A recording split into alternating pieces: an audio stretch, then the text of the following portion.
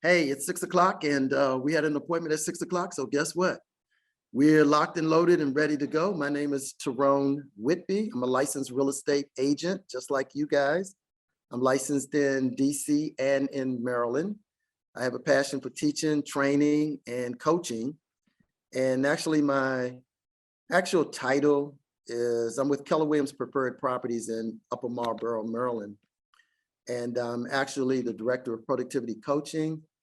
And I also say that I am a career advancement partner. So we're always looking here at Keller Williams to help you advance your career. So that's what we plan on doing tonight. So welcome to everyone that's on. We have right now approximately 21 participants. So look, I want to thank you guys for the commitment to your business and actually being on Ignite. Ignite is a core program that has been with Keller Williams for years and years and years and years. And I can remember so many times teaching Ignite live. And it was quite of an experience because I've taught Ignite during the daytime as well as in the evening for many of our dual career agents. So you guys have the opportunity of being at home and being on Ignite through Zoom. So I want you to enjoy. I want you to take notes as you feel free to take notes.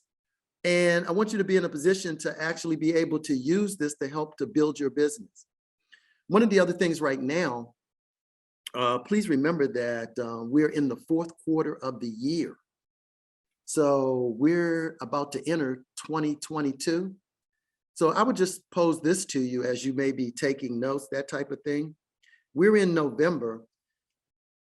It's still not too late to have a closing by the end of the year. Now, I don't know what your fourth quarter goal is. However, I would ask you to ask yourself, what is your fourth quarter goal for the end of this year going into 2022? Why am I saying this to you? It's very, very important that you not let this fourth quarter get away from you, because your fourth quarter will impact your first quarter of 2022. And one of the biggest things that you want to be focused on is building your pipeline. You really want to ask yourself, how many ready, willing, able buyers and sellers do I have right now? How many buyer agency agreements do I have that are signed right now? Now, that's a lead indicator in terms of going into 2021. A lag indicator is going to be once you start to see like closings. However, your lead indicator is the number of signed contracts you have with appointments. The other thing before we jump into the material, because there's some things that I've been coaching my coaching clients on and some things I've been thinking about as well. Remember, real estate is cyclical. And right now, we're in a part of the year where the market somewhat slows, and we're starting to see some signs of that now. All right, one of the things that you want to make sure that you start to get prepared for, like right now, is one of the biggest objections you're going to start to get, sellers or buyers, is we want to wait until after the holidays.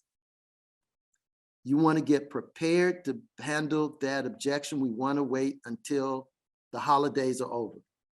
And some people, when they say holidays, they don't just mean Thanksgiving. Some people, they don't mean just Christmas if they celebrate Christmas. Some people don't get started until the end of January when they say after the holidays. Everybody's wait till after the holidays could be different. So be aware of that, okay? All right, so prepare for that objection, because many of the people that are serious buyers or sellers, they're in the marketplace right now. It takes effort for a buyer to go out, and the weather hasn't changed dramatically yet because we're not at the end of November. But let's say we're into December and we have snow or very cold weather. So it takes effort to put on gloves, a coat, scarves, and boots to go out and look at property. Wouldn't you agree? So someone doing that, are they serious? Anybody can go out on a not nice hot summer day, but to do that, that's putting in some effort. So get prepared for that and let people know that many times this time of the year, this is when more money will change hands, is typically during the holidays. This is when people get year-end bonuses. This is when Uncle Ned, who would never give anything to anybody, starts drinking some eggnog and playing some Christmas carols. And guess what? Uncle Ned now is actually willing to loan someone some money or give someone some money. So get prepared for that. We're going to wait until after the holidays challenge that you're going to hear. Okay. All right. Any quick questions on any of that? I just wanted to throw that out to you to get prepared for that. Okay. Also, be thinking of what your holiday promotions are going to be right now. All businesses are promoting to you. You are a business owner. And business owners right now, when you're in the stores, you're hearing the Christmas carols. Now, you're seeing the decorations up when? Now. You're seeing the discounted specials up when? Now. They're not going to wait till December. So you're a business. What are you doing for your business? What is your holiday promotion? What do you have out there working that people would want to contact you on? So think of what you plan to do as well. Think of what you plan to do. All right, so think of your holiday promotion. So we're going to do the Spark session, and the Spark session that we're going to do tonight is we're going to do the Spark session, which is find seller leads. So I want to start with the find seller leads first, because they have also seller appointments. So this is what we're going to focus on tonight. I want to make sure that you're in a great position to actually find seller leads. Now, I like for my classes to be participatory. So if you have something, a question, that type of thing, I'll even ask you for some feedback. Feel free not to feel that you can't give feedback. So anything that you'd like to comment on, do that. Sometimes I may need to defer something so that we get through more of the material as well. All right, so let's look at what successful agents do every day. And as Gary Keller once says in the MREA book, success leaves clues. So there are other people that have done this successfully, and you want to do the same thing. So success does leave clues. All right. So let's look at what successful agents are doing every day. All right. One of the things that successful agents do is they lead generate for buyers and sellers. They make seller listing, and it says presentations. Now, this is kind of me, and I've taught and trained in some capacity for a very long time, over 25, 30 years. And I'm more of the side of, as opposed to seller listing presentations, I'm more on listing consultations as opposed to presentations. Now, why am I saying that? Consultation. I don't know. Which do you feel is more valuable? Do you feel a presentation is more valuable, or do you feel a consultation is more valuable?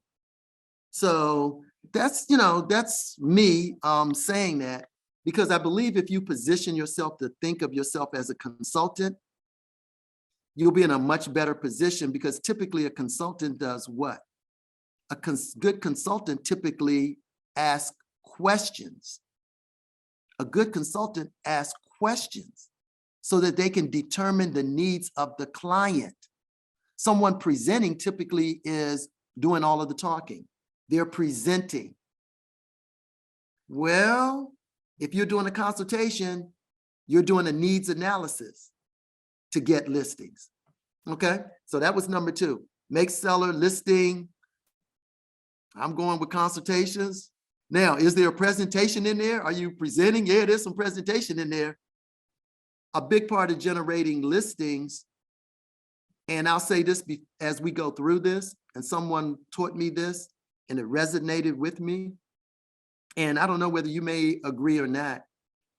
And what they said is, they said 75%. And at this time, they were using the term presentation. I'm going to use the term consultation.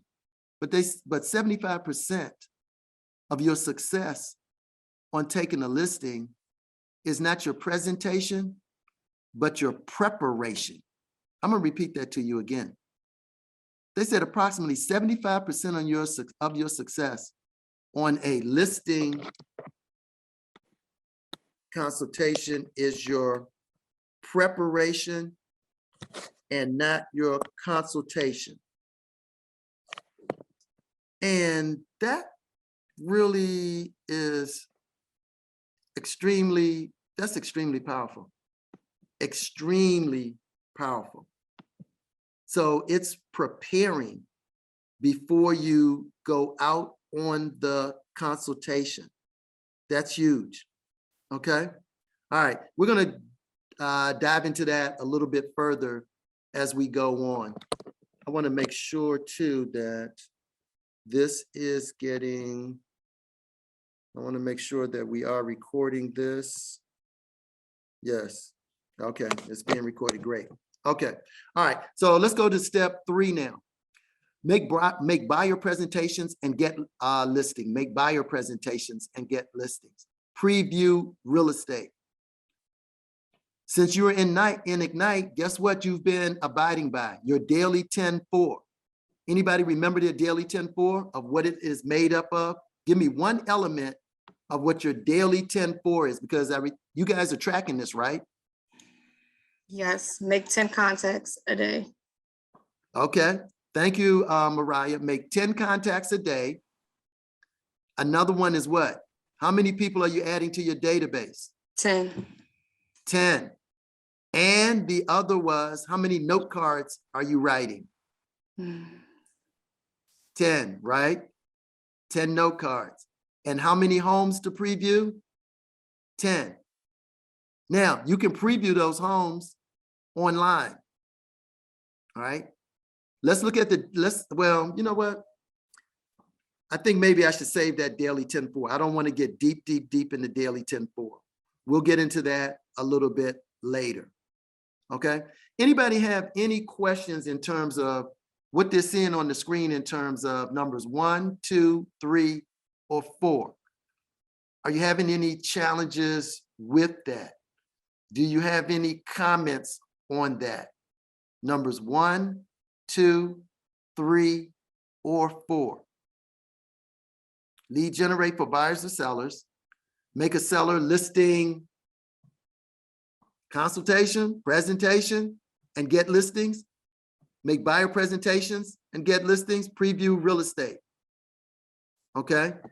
All right. One thing you want to remember now while we're going through this, you want to remember the real estate agent's job description. Anybody remember what the real estate agent job description is? It's 5 things. 5 things. Who remembers that? Anybody remember that? Anybody give me one of the 5? Anybody? Lead generate. Yes. Who is that, Mariah? Yes. You're right on point. That's one of them. We only got 4 more to go. So that's one. Who's got the other one for? Who else can help her? So if you had lead generation, what would you probably would say would come after your lead generating? You probably would have to lead what? Oh, is it script and role play? That's one of them, but okay. You would probably, yes, lead follow-up. Exactly, beautiful. Lead follow-up. Okay. Negotiate contract. Okay. What's the one before negotiate contracts? Get an appointment. The one before that is go on appointments. Yes, go on appointments, negotiate contracts, and practice, rehearse, and role play scripts and dialogues. Those are the 5 agent things, 5 elements of an agent's job description. So thank you for helping me out on that. I appreciate that. All right. So what a successful real estate agent does every day, they grow their business and run their business. We just did the growth side of the business. All right, let's look at run the business. Number 1, market seller listings. So the market seller listings, you've got to have some. Number 2, show buyers houses. Number 3, negotiate contracts. Here's one I would throw out to you as well on the negotiate contracts. And I just said this to a continuing education class I was teaching earlier today. And I would say this to you for negotiate contracts. I would advise you to take a class on negotiation. I would highly recommend that you take a class on negotiation. Many of the community colleges offer classes on negotiation. Why am I saying this to you? Because if you're working with sellers, they are hiring you to get them as much money as possible, to sell their house and get them as much money as possible. So if you went on a listing consultation and maybe they spoke to someone else and they were maybe even leaning toward that person or thinking about that person seriously, but they loved your consultation as well. And maybe one of the questions you may ask, well, let me ask you this. Let me make sure I understand my job description in working with you. So you want me to get you as much money as possible, I'm sure, on the sale of your home. Is that right? Absolutely. And you want me to sell it in the shortest period of time with the least amount of hassle. Yeah, that would be great. Okay, so who do you feel would be better able to do that for you? Someone who is a trained, skilled negotiator and has a certificate or certification in negotiation, or someone that doesn't possess those credentials, those qualifications? Well, probably the person that is a skilled, trained negotiator. Oh, okay. So that would be someone like myself then, if I'm understanding you correctly. Yes. Now, I'm saying that to you because I don't want you to be on the other side of that equation, where let's say you're the agent that went on that appointment. However, you don't have those qualifications, because sometimes someone can use that to get that listing, and there's nothing wrong with that. Does that kind of make sense? So you see the value of that, of being able to let someone know that you're working with? Well, I'm a skilled, trained negotiator. I've actually taken classes in helping sellers like yourself get the most amount of money as quickly as possible. And that is what you want, isn't it? Okay, let's go down to number 4, transaction management to closing. Before we go on, I have a question. And sure. Who has that question? When you guys give your question, give your name so that everyone on the Zoom, they identify and know who you are. Sure. My name's Amanda. You'll probably see Min and Amanda on the screen. I'm here with my husband. We're a team. Okay. When you are in these presentations, consultations, and you're trying to sell yourself as the better agent, my husband and I are dual career. I am a contracting officer for the federal government. I am a skilled negotiator. I have certifications. I have almost 15 years of experience negotiating things, but I've also been told, don't mention that other career. So would that be something I would do? I would just say, oh yeah, I've got certifications in negotiation. I'm quite skilled at this. Or, do I lay it bare? Like, yeah, I'm a skilled, contracting officer for the federal government. Like, I'm here to help you make your dreams come true and, put my years of experience negotiating to your use. I don't know. Like, is that appropriate or is that inappropriate? I don't know. Well, I mean, that's interesting. I love that question. And I'm glad that you posed that, Amanda. I would love to actually hear what some of the people on this Zoom, what their thoughts are, because I think you threw out an interesting question, because I would love to get some feedback from some of those that are on this Zoom in terms of how they think that value could be conveyed to a potential seller. Anybody have any suggestions? I'd love to just hear what people are thinking. I think she can still make mention that she, has experience negotiating, whether it's, I think she mentioned, I don't know how many years, but however many years she has done it, she doesn't necessarily have to specify that she did it for the government or she does it, as a dual career agent, but she could definitely shed light on, like, I have many of years experience, negotiating contracts. So, she would be, whatever, however she's going to position it, but I think she can definitely still utilize that as a, I guess, a selling point for her. Okay. I also agree. I believe that just shows that she has experience, and as a seller, they would like to hear that. knowing that she will may possibly get the best and the most out of that sale. So I take that as like a pro rather than a con. So in selling yourself, I would, mention that. Mm-hmm. Okay, I like that as well. Anyone else? Okay, so the fact, because, if you've been doing that for the, government, you've negotiated more than likely, and I don't really know, but I would say you've probably negotiated multi-million dollar contracts. Is that correct? Multi-billion dollar contract. Billion. Okay. See, I was even, excuse me. I was a little short on that. It sounds like a ton. It doesn't seem like a ton for me, but it's research and development.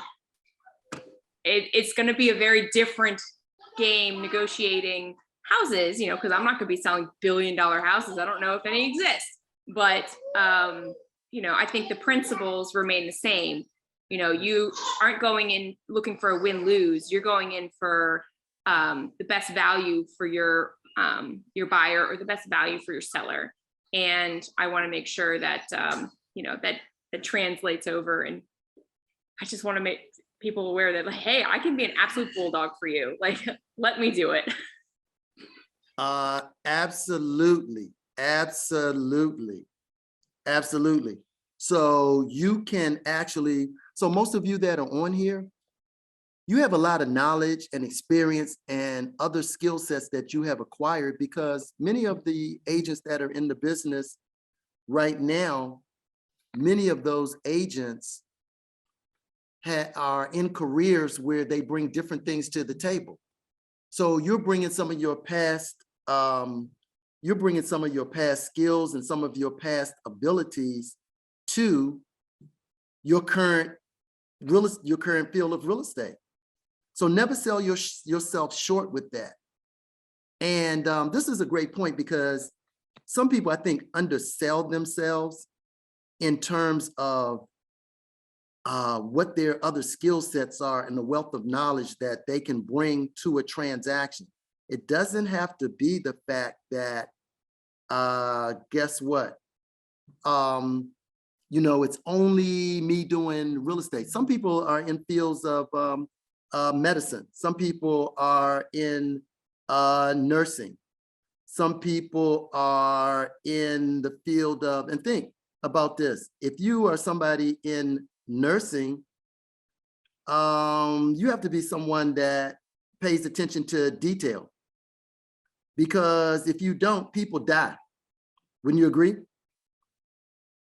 So guess what? You really want to hire someone like me, because, I've had prior experience in the medical field. And I found that I'm a person that pays attention to detail. And I'm sure that you want an agent that looks out for every dollar for you and pays attention to detail and doesn't drop the ball. Because in the field that I was in, if I made mistakes, people died.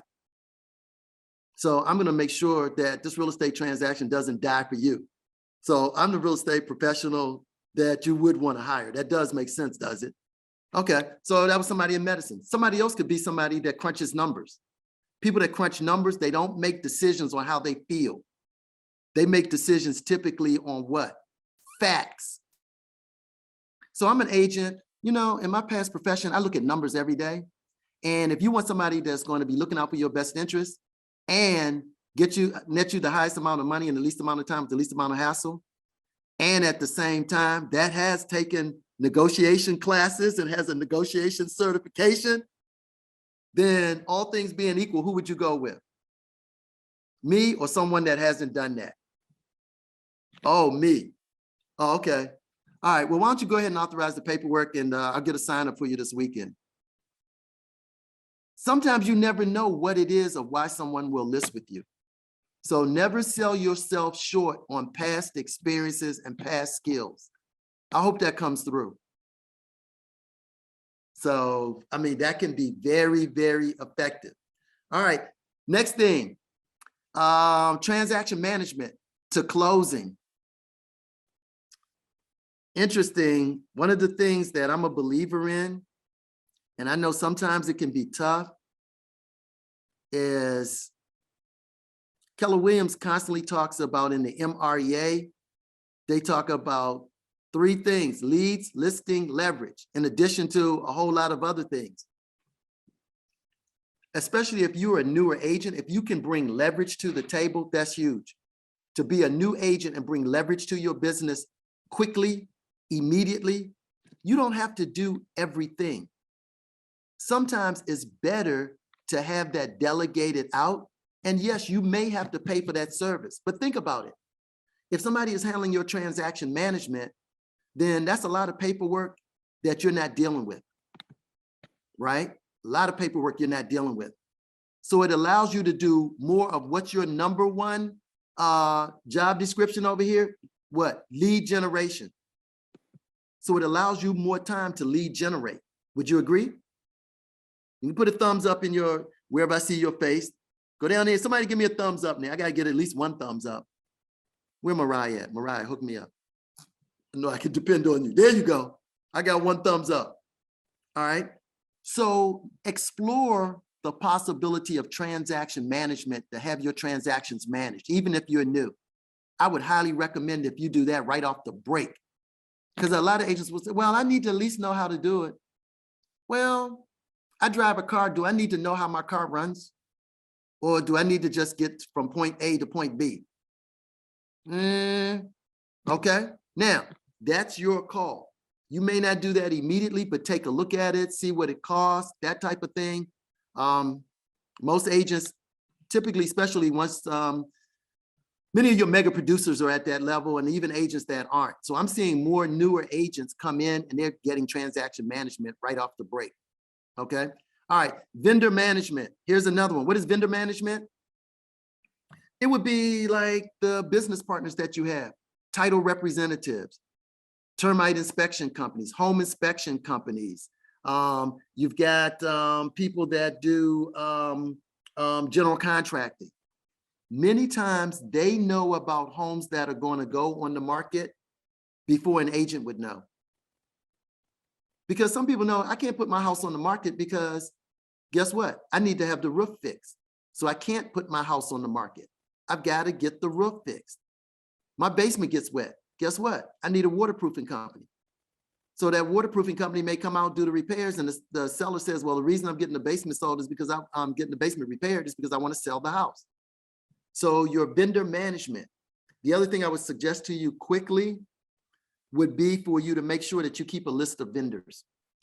Keep a list of general contractors, keep a list of people that are florists. Sometimes people are getting arrangements because there was a death in the family. Somebody passed away. Sometimes there was an anniversary that's being celebrated. Sometimes people are going to move away. Those are leads. Now, remember, you want to put those in command and you want to tag them. So give them a tag of, maybe it's all of your florists. Maybe you just have them under a general vendor tag, V-E-N-D-O-R. So let me ask this. Some of you out there, can you mention anybody? Let me ask this. Who out there actually has in command, actually has their vendors tagged in command? Would somebody like to share with the other participants that are on and just give any tips and what you found? Anybody that's currently doing that? So who'd like to share on that? Because it would be, I would really love to hear what you've done and what you're seeing with that. So who could share with us? Who'd like to share on vendor management? Possibly using your command. Anybody out there? I know somebody's doing it. I know that.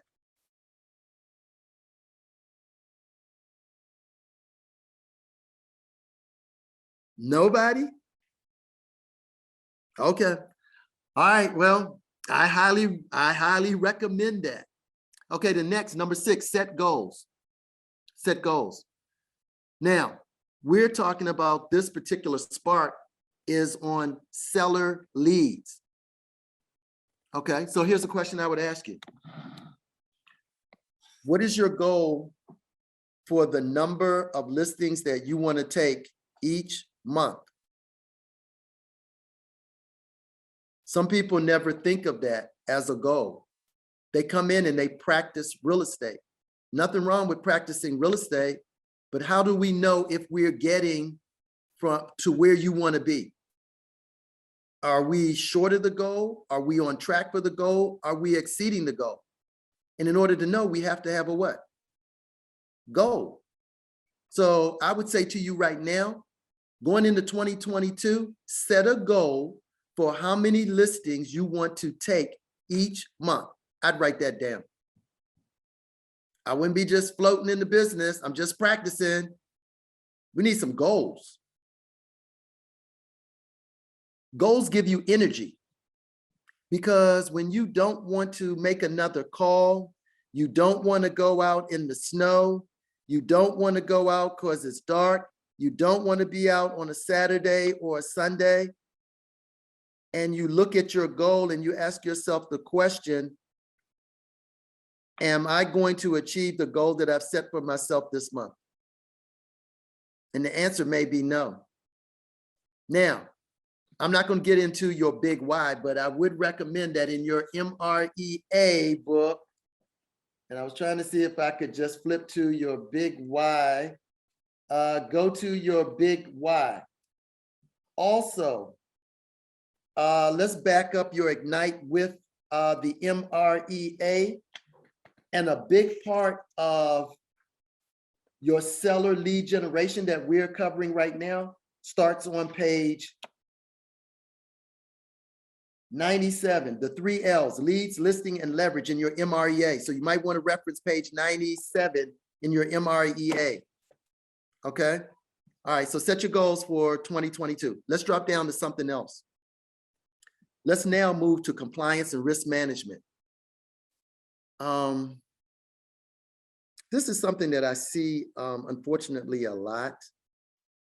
Look, guys, remember, when you hold a real estate license, you're held to a higher degree of responsibility than other people because you are a professional, you hold a license. And sometimes I see agents that are doing real estate transactions. Their transactions have not been compliance approved, and they go to settlement and go to closings. And many times, all of their documents have not been signed, or there's missing dates, missing signature, and they go to closing and close, and they knew in advance because they didn't receive compliance approval, and let's say they closed, then guess what? If they've closed on that, people have very little incentive once they've gone to settlement to come back and sign documents. They're in the house now. They've set up cable TV, satellite TV. They're watching Netflix. They're watching Amazon Prime. And now you want me to sign some documents? After we went to closing, I thought closing meant it closed. We went to settlement. And now we're 2 weeks after that, and you want me to sign something? I don't know. I think there's something fishy about that. Because we closed, so I'm not signing any more documents. Now, I don't know if that market center is going to pay that agent that's not compliance approved, because all real estate offices are open to the possibility of audit. So I would highly recommend, do not put yourself in that position where you're not compliance approved.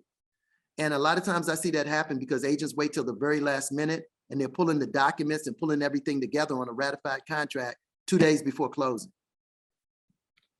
I wouldn't recommend that. That's not a good look. That's not a good move. You want to minimize your risk. Anytime you can minimize your risk, that's a good thing. Number 8, attend training and get coaching. One of the biggest reasons that I see, this is Tyrone, the world according to Tyrone speaking, Coach Tyrone, is for agents not being successful is they fail to become engaged. Well, what do I mean by engaged? Well, typically your market center is going to have some type of stakeholder meeting. They may have something during the week as well. And even with the COVID, now we're starting to see, depending on the office, the area, we're starting to see people come back into the office a little bit more. I'm not saying it's to the extent and the level that it was before, but you've got to be engaged. You want to be engaged, you want to take the training, and you want to participate. I mean, that's huge. And get coaching. Don't try to do this business on your own. Even if you've been in the business, I've seen agents that have been in the business 15, 20 years, and they make a decision to get into coaching. Sometimes I'm coaching agents where they've been in the business maybe 8 years, 10 years, and they'll take the Ignite class. And some newer agents will say, why are you taking Ignite? You've been in real estate for 15 years. Why are you taking Ignite? And I really have a lot of respect and admiration for an agent that's been in the business a long time, and they would take Ignite and not worry about what somebody else is saying. Because each of you is doing what? You're running your own what? Business. So don't let other people make business decisions for you. Okay? So get that extra helping hand and get that coaching. Remember, Keller Williams is the #1 coaching company in the world. The largest coaching company in the world. I mean, come on now. And they do it for a reason. And think about it. If they're offering coaching to you, it's to help you to become a better agent. We can go right back to a bold law. And one of the bold laws is what? That pertains to this. I'll give it to you. The bold law is your business grows to the extent that you do. In real estate, you're the business. So if you're not growing, how can your business grow? If you're not growing personally in the profession, how can your business grow? Does that make sense? The other thing that I would say around this is, don't make the mistake of waiting until you come across a buyer or a seller. Now you want to take the training. Well, coach, I didn't really see that I needed to go to the class because I didn't really have a seller. So I didn't take the class because I didn't have a seller. Okay, so now you got to play catch up. So some agents don't really actually take the training because they say, well, I didn't need to take the training. I don't have a person. Not smart. All right, #9, manage money. All right, so be on top of that. Please remember, as a real estate independent contractor and professional, you got to make sure that you manage the revenue that comes on. Read your MREA and read Gary Keller's red light, green light. If the money is not there and you're not getting a return on whatever it is, don't do it. Red light, green light. Please read that. I was flipping over here. Let me see if I look in the, let me see if they have that specifically as a topic, which they probably do, but I'm not going to pour through the MREA, but remember that red light, green light, that's like super important, okay? All right, the other thing, remember to pay your taxes quarterly. This is not an April 15th. The IRS is not waiting for you for April 15th. You're an independent contractor, your taxes are due quarterly. So if you're not paying them quarterly, you're holding back their money. They want their money quarterly, not at the end of the year. So we want to be real clear on that. And make sure out of each of your transactions, you're setting enough aside since no money is coming out of those transactions, okay? Everybody good on that? Okay, all right. Let's go to now, we talked about grow your business and we talked about run your business. All right, so let's look at one other thing. We talked about lead generate for buyers and sellers. Now, this thing is moving so fast. So let's look at understand motivation, okay? All right, one of the things I said to you guys is a big part of taking listings, as someone once told me, 75% of taking a listing is not your presentation, but your preparation. So being prepared before you go out on a listing consultation. Many times I see agents preparing for a listing consultation about 30 minutes before they're scheduled to go on the appointment. Wouldn't recommend that. All right. One of the things that you really want to be good at is qualifying buyers and sellers. On this particular PowerPoint, it says qualify and convert seller leads. So what does that mean when it says qualify and convert seller leads?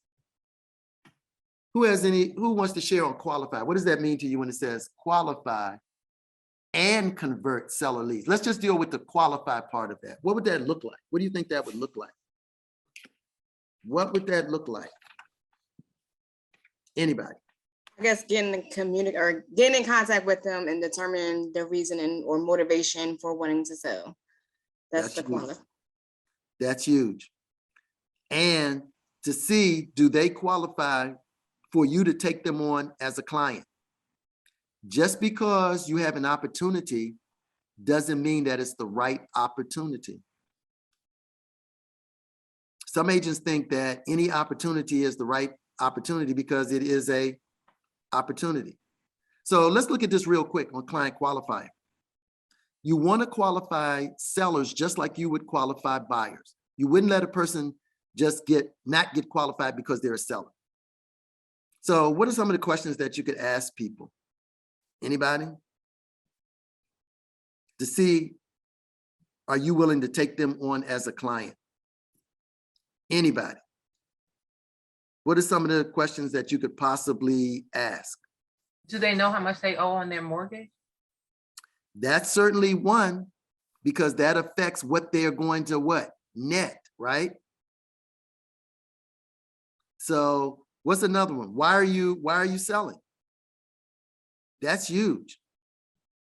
Would you When ask do you about if the title is clear, whether they have liens or judgments against the house? You can certainly ask that as well.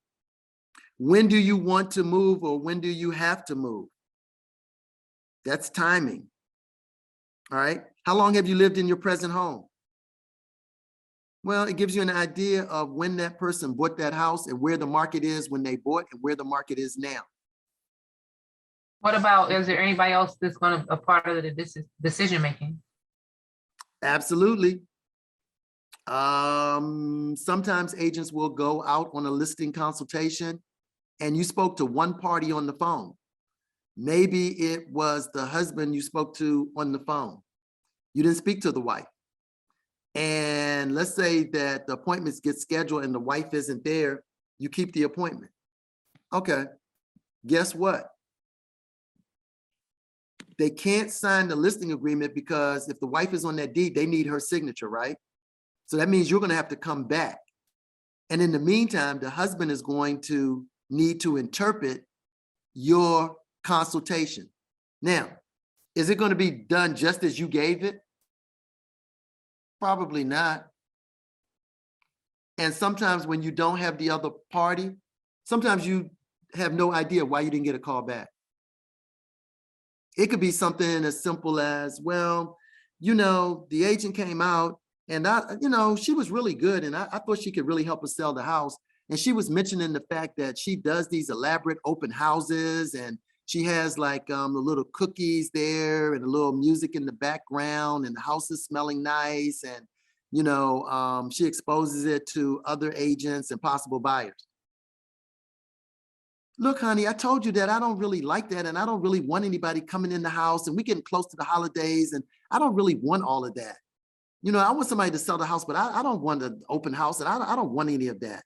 Let's just go with someone else that doesn't really want to do that. Now what? You don't get a call back. Now, I'm not saying that same objection may not come up when they're both there. However, I think you would prefer to have it come up while she's there or he's there, if it's vice versa. Would you agree? I don't know.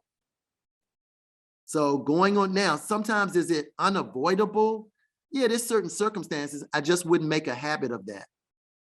So to Kelly's point, make sure that if you can, that they're both there.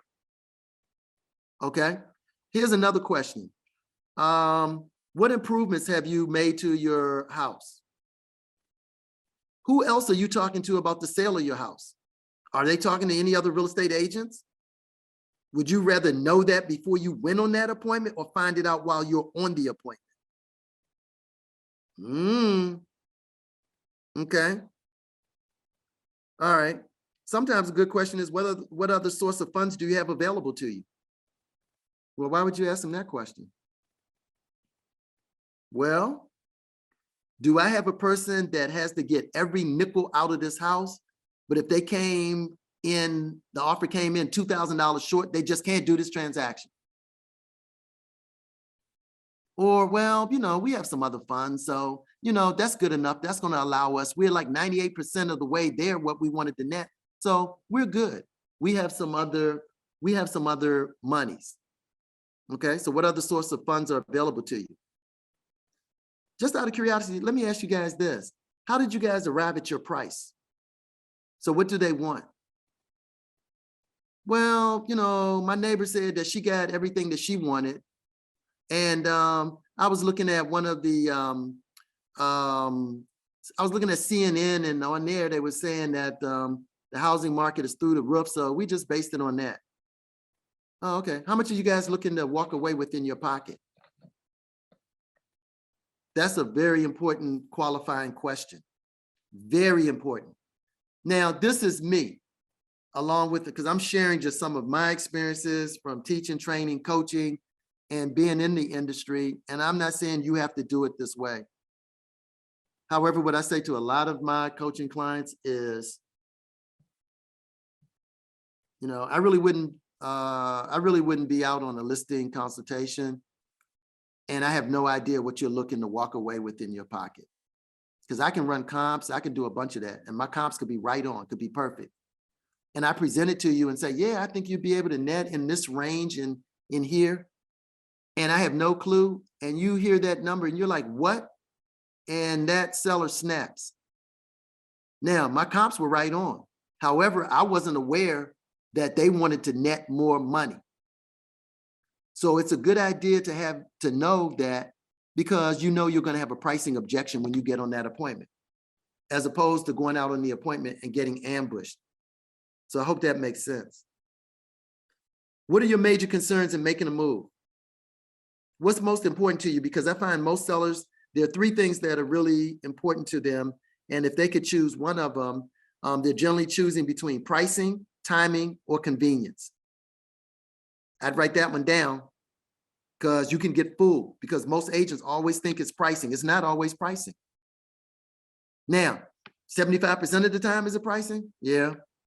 20% of the time, timing, and maybe 5% of the time, convenience. So what is convenience? Convenience can be the fact that you have a seller that has had, maybe they're recovering from cancer, and they had some other medical issue where they had hypertension, and they're taking 8, 9 medications a day. Well, guess what? The convenience, I want a real estate agent that's not going to stress me out and bring me a whole bunch of problems. I want someone that's going to handle the problems. I'm already in frail health. I'm already stressed out. I don't need somebody trying to get me another $5,000 or $10,000 or $20,000 out of my house, because I want to keep living. So that's not important to me. The money is not important. The stress level is important to me. So I want an agent that's going to handle all of the details. Okay. Convenience could also be a separation of marital situation or a loss of a family member. They just want to get out. They just need convenience. I don't want, like you say, no stress. Yeah. Yeah, you're right. There could be other mitigating factors as well. So what I'm saying is, don't get fooled with that, because most agents, when they go out, they think that it's always going to come down to the money, and that's not what what your potential client's need is. You're there to represent them. Now, that's why I go back to the consultation and consulting as opposed to presentation, because if you're consulting, you're asking questions. So it's more likely that you'll determine and figure out what their need is, versus if I'm presenting, and I know most people, it's the money. I'm money. That's not your challenge. Okay. All right. So we got the client qualifier. Great question also is, what would it do to your plans if you couldn't sell? That's a motivation question, because you might hear this. Well, I mean, if we didn't sell, we just put the property out there and we just said we'd try it. And if somebody was dumb enough to give us the money, we'll take it. So if we sell, we sell. If we don't, we don't. Versus, what would it do to your plans if you couldn't sell? No. We don't even want to think about that. Sherry, we don't want to think about that. George, we don't want to think about that. Jima, we don't even want to think about that. Lanice, we don't even want to think about that. We've got to sell this house. My mother is ill in Charlotte. They've given her like probably like 4 months, and I want to be with her for those last 4 months. So we've got to sell this house. Okay, you make the call. Which person would you prefer to have as your seller? The highly motivated one or the one that's just floating up some trial balloons? Okay, that's why it's so important to make sure you're qualifying sellers. Okay, all right, then you've got the actual listing, and they have presentation here, so we'll leave that alone. Presentation, I got consultation / presentation. All right, daily success habits. All right, and to recap, any ahas from just what we've discussed right now? Any ahas, any comments from what we've just discussed on the setup to the listing consultation, the agent job description? We've gone through that. Lead generation. Number 2, lead follow-up. Number 3, go on appointments. Number 4, negotiate the contract. And lastly, practice, rehearse, role play, scripts. Okay. Anybody else? Any comments? All right. One thing that's very important, Keller Williams, as well as many other real estate companies, we want you guys to lead generate. However, we want to make sure that you're in compliance with the do not call list, which is regulated by the FTC, Federal Trade Commission. Okay. Sometimes you may call a number and talk to the person, and they may not be on the do not call list. They may ask not to be called again. It's your responsibility as an agent to go onto the federal do not call list and enter their phone number and put them on that registry that they do not want to be contacted. You don't want an agent from your market center calling them back the next day and they've already said that they wanted to be placed on the do not call registry or that they don't want to be called. So update your call list regularly. Subscribe to the do not call, because you can just go ahead and put do not call in www.do-not-call and it'll come up. All right, so subscribe to the registry. Make sure you do that. And know your state and federal laws. The fines for soliciting people that are on the do not call list are pretty substantial. Check before you call. The best way to avoid that is to be in contact with people that give you permission that you can contact them, and people that are not on the registry. Okay. The other thing, it says here, honor consumers' requests. Don't blow it off if someone says they do not want to be contacted. Please add them to the do not call registry, please. All right. The other thing, be careful of this. And I know some agents that are doing it. Keller Williams is serious about this do not call list. And many companies are serious about this because there's litigation ongoing right now behind this. So there are brokerages that are getting sued behind the do not call list. And they're letting their agents know, we've advised you how we'd like you to handle this. So this is going to be on you if someone files a complaint. So be extremely careful. The other thing I would say is stay away from the robo dialers, the multi-line dialers. Keller Williams is not a fan. They're not a fan of that. Check with your broker. See what your broker is saying before you do that, okay? That is huge. That is really big. So I don't want to see anyone get in trouble. I don't want to see your business get slowed down. I don't want to see you facing lawsuits and having money go out unnecessarily. And not only that, angry consumers. Okay, so find seller leads. All right, so where can you find seller leads? I got Kelly on here, and I know she's doing something right now that she's working with some agents in the morning. And what are you guys doing, Kelly, that do with the class that you're doing in the mornings? Tell me something about what you guys are doing. Want to share any of that? I'm on Kelly. mute. I was on mute. I apologize. Are you talking about my command office hours that I'm doing? Don't you No, don't you have a group that you're leading some training on? Oh, yeah, that's it. We're literally just calling our database. That's it.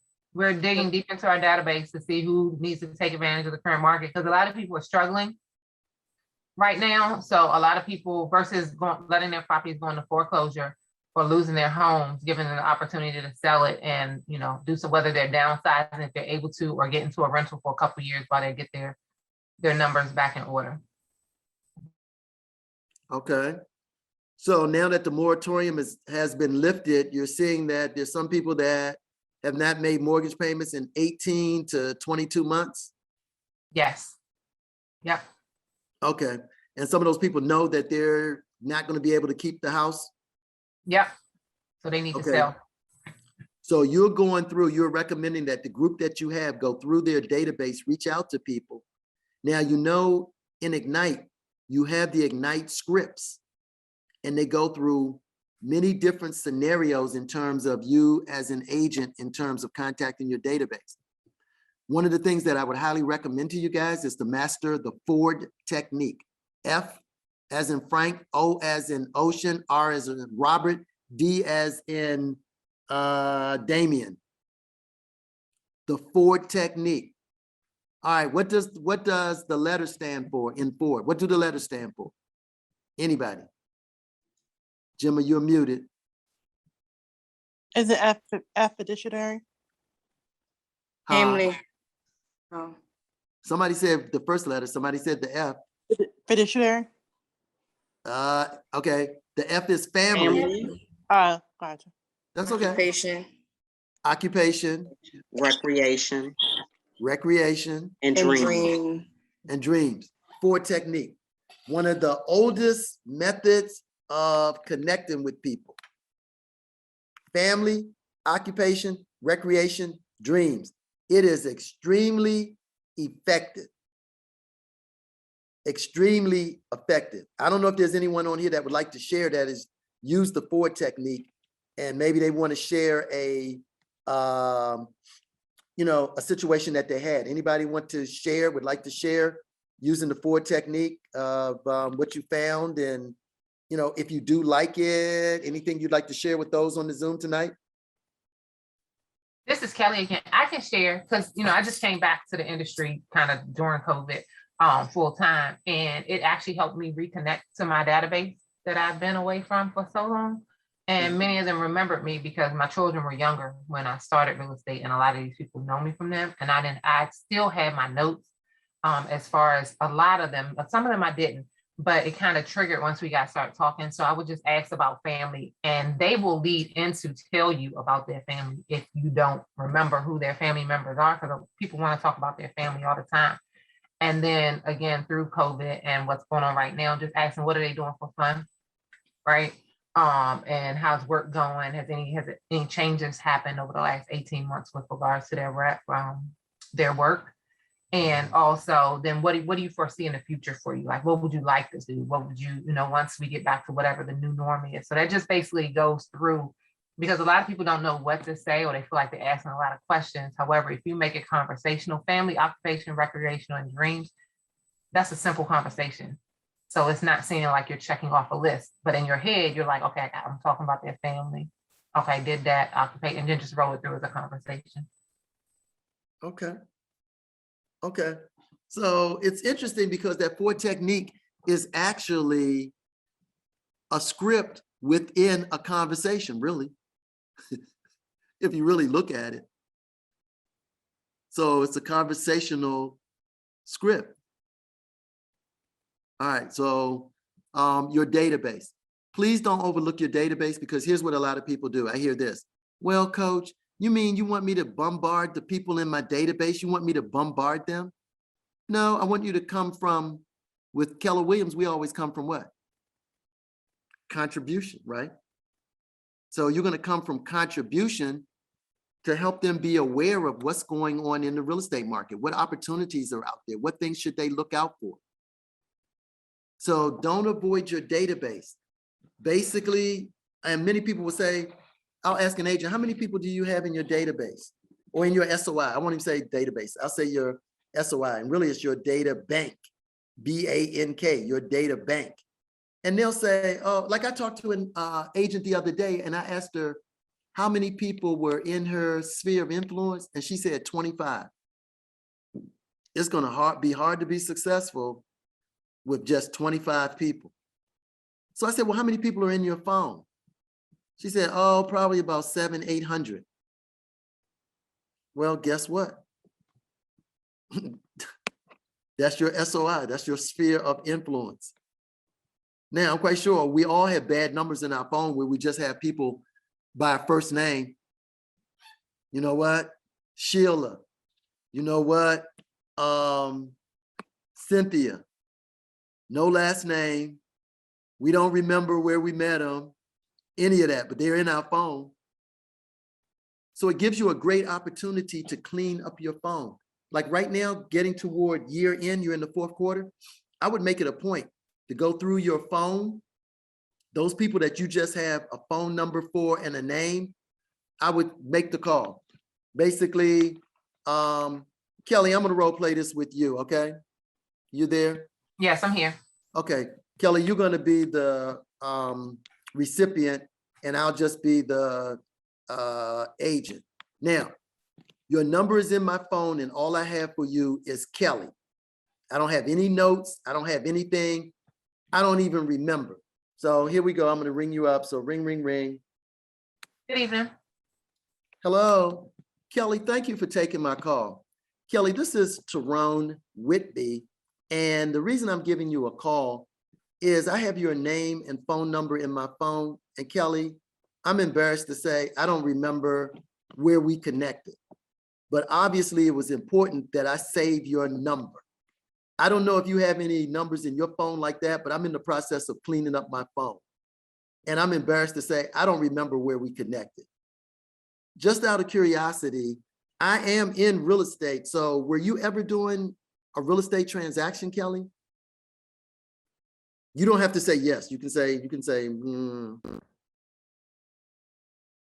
Kelly. Yes, I'm here. Am I frozen?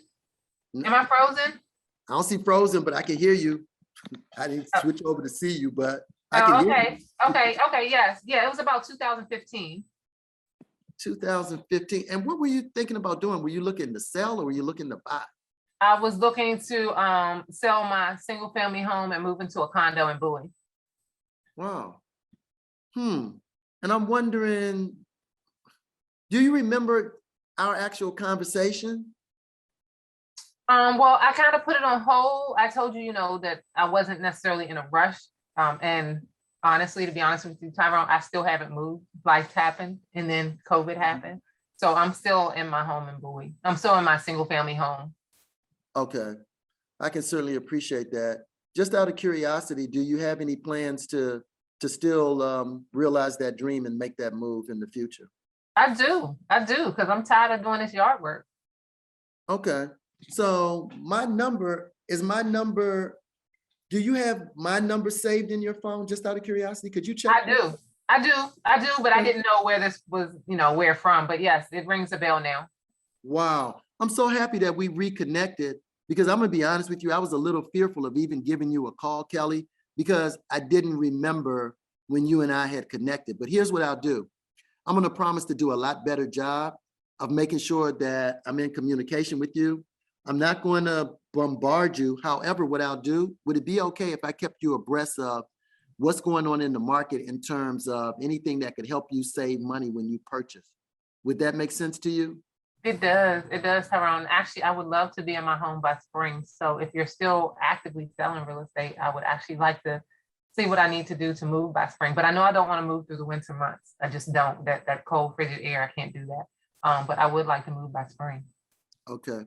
Let me ask you this, because I'm not sure. If I came across an opportunity that was a one-in-a-lifetime type opportunity, even though we're now in the fourth quarter, would you want me to let you know about it, or would you want me to pass that on to some of my other prospective clients? Don't do that to me. Because I really do, I know exactly where I want to be in Bowie. So if that particular condo came available, I would want to know about it. Even though I say I don't want to move through the winter, I'd have to pay some movers to move my stuff because there's only one community that I want to be in Bowie. So putting it that way, yeah, I'd want to know about it. Okay. And that probably is what community? You can make up anything. I don't care what you say. I know it's the E, it's Everglade is the street that it's on.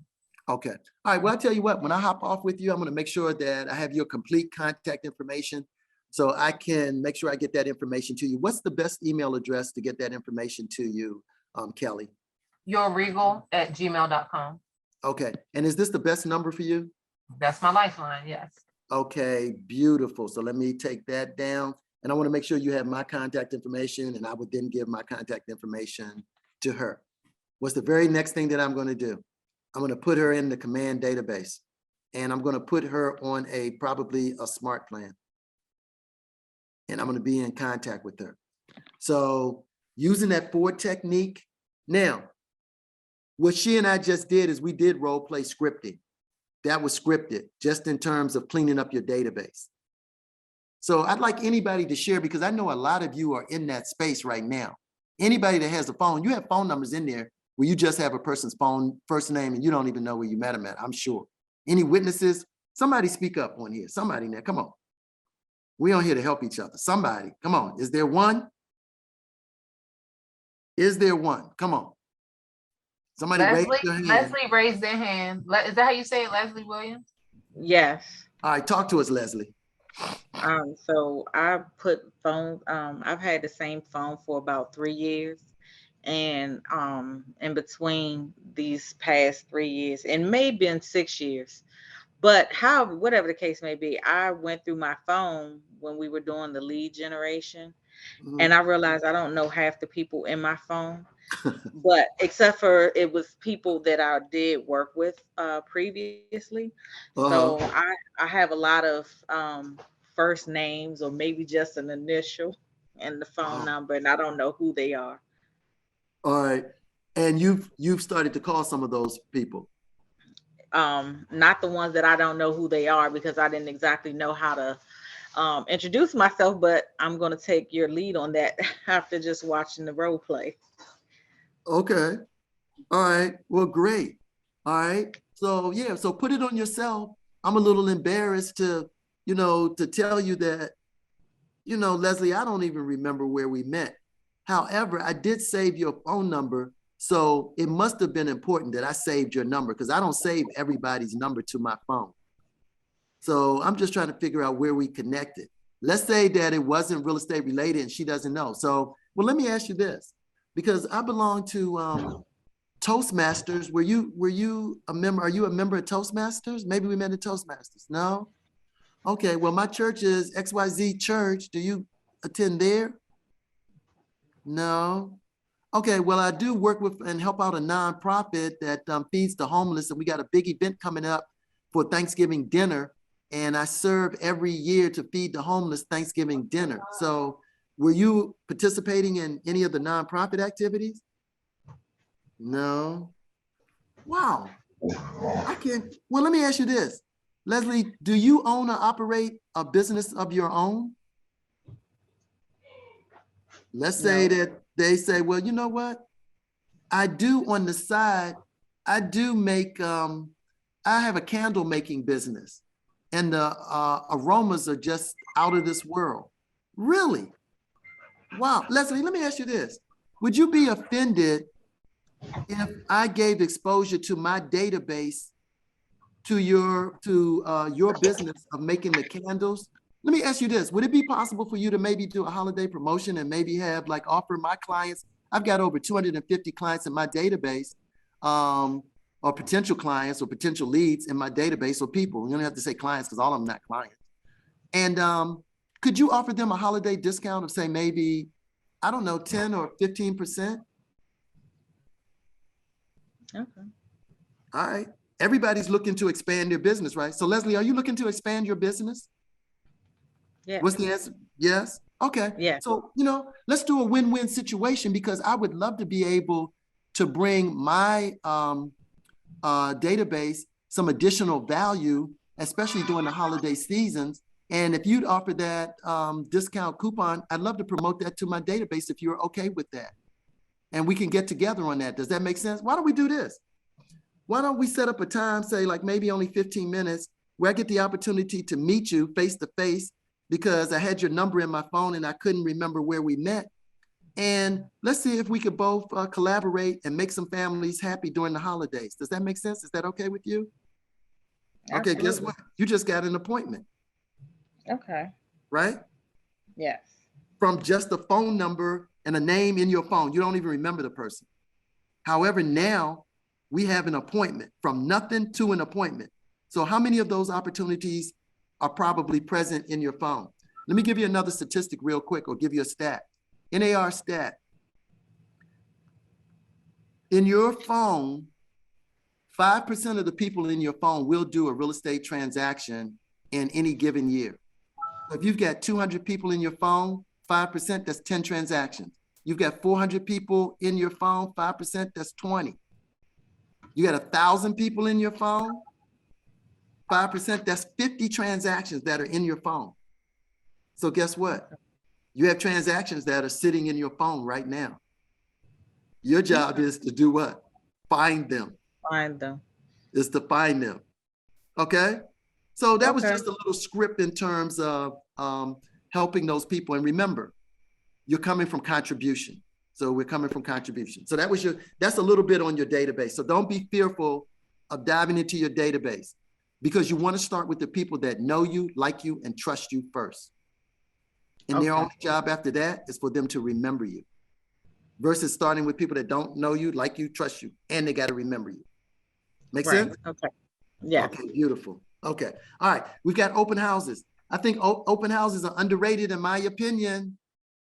I was talking to one of my coaching clients the other day, and then she said, you know, coach, she said, yeah, I did 2 open houses, but she said, I don't think that's really a good use of my time.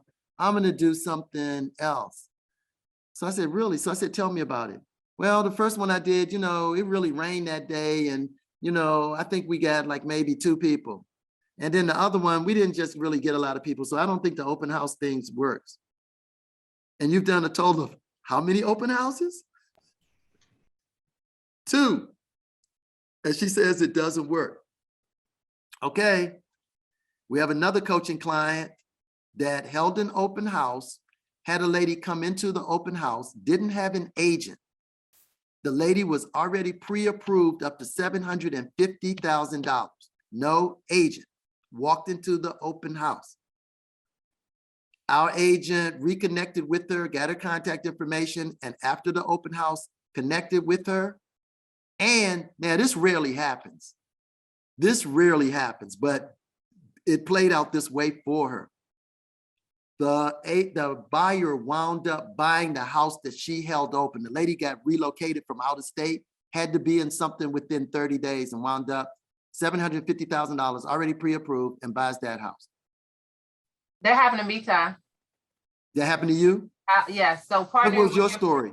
Mine was partnering with one of our top producing agents. I was showing properties for them, getting acclimated back into the industry, right? And they had an open house.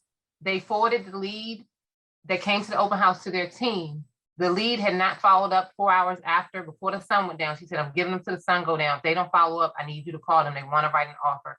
Cash buyer. They got their offer accepted, moved in less than 2 weeks. That comes from building relationship with your peers. Don't think that you're too good. I've been in the industry for 17 years, about to be 17 years in December. And I was like, I don't know if I want to show properties. You know, I said, you know what? Put your ego aside. I started reaching out to my peers, and that's what got me where I am today, by partnering with top producing agents, showing for them. She called me and said, hey, I sent it to my team. She has a whole team. Her team didn't respond. She gave them 4 hours. She said, Kelly, here's the name, phone number, email. They came to the property. They want to write an offer. They were a cash buyer. We settled in 2 weeks. Wow.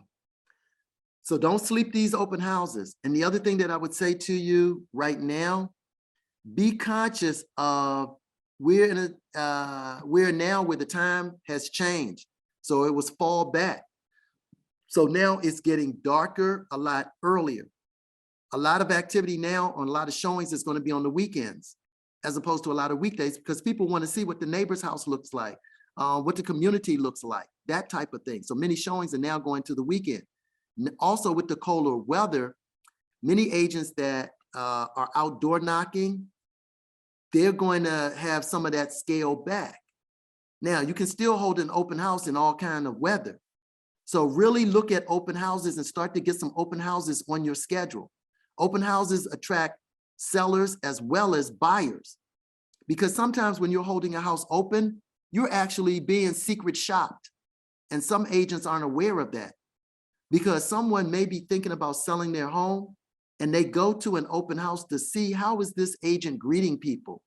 What type of materials are they giving out at the open house? How knowledgeable do they seem about the community? So you're being interviewed sometimes and you're not aware that you're being interviewed. So I would really look at increasing your open houses going into the winter, of having a schedule where you're doing more open houses. I would even suggest to you too, if you want to get more open houses, I would suggest that maybe you look at a weekend where you're holding houses open on a Saturday and a Sunday, and you're holding houses open 2 on each day, 2 on a Saturday, 2 on a Sunday. Cut the time that you're doing the open house, advertise that it's a shorter time, because people know they need to see that house between 12 and 2. That next house they need to see between 3 and 5. So if you did that on the weekend, you did 2 on a Saturday and 2 on a Sunday, you had 4 open houses in 1 month. That's like having an open house every weekend, and you still have 3 weekends left. Does that kind of make sense, or is that helpful to anyone? So that gives you greater possibilities as well. Okay, so open houses are a great opportunity, a really great opportunity. You never know what can develop from open houses. I would never sell that short. And especially if you presently don't have listings and another agent is willing to allow you to hold their listing open, I highly recommend that you do it. Now, the other thing, do a good job for them. All right, make sure you're there ahead of time. Make sure you're not late. Make sure that you have directional signs. Make sure you have a guest registry. All right, make sure that you're prepared, that invitations have been taken out prior to the open house. In my opinion, this is just Tyrone, to host a good open house, you typically need lead time of anywhere from at least 7 to 10 days to really do it effectively. Okay, because you need to make sure you have everything for that open house. Also, make sure if you're hosting it for another agent, that you give the other agent feedback, that you really give them feedback.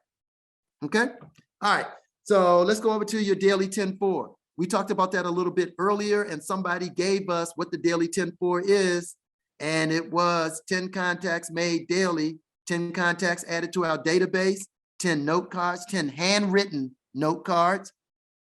I would say for you to go stock up on those right now, go to Michael's, go to the dollar stores, stock up on those note cards and send out handwritten notes.